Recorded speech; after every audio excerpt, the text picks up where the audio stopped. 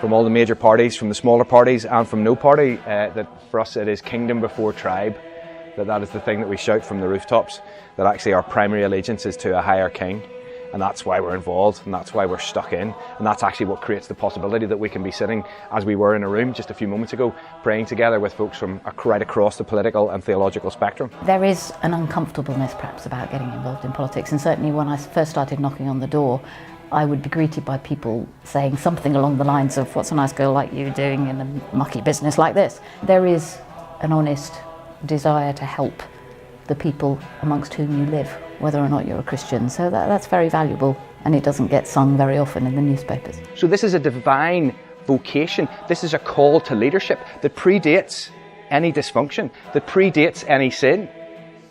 This is not just about sorting out problems. This is not just about helping people who are struggling. This is actually a divine call to be serving, to be stepping into the role that we were always called to be imaging His good rule and reign. You certainly need to think through whether this is what we're called to do, but if we believe that God is the Lord of all the earth and there is nothing outside of His control or His sovereignty, then we're all called to different forms of service, and it's a case of finding out which is our form of service.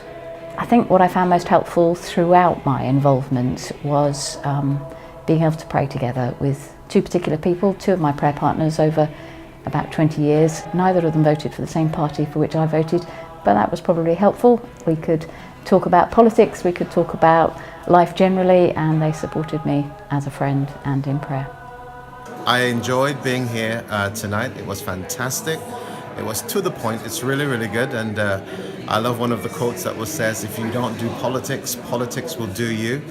I really enjoyed tonight. I found it inspirational, I found it challenging, but I also found it kingdom focused. If you are a Christian in politics or thinking of going into politics, this is not to be missed. Go to a local meeting nearby where you live. You will really enjoy it. I really came tonight just to get inspired and to hear from some people that are walking the journey, and it's been great just to hear some great stories and just to be inspired to step up and get involved.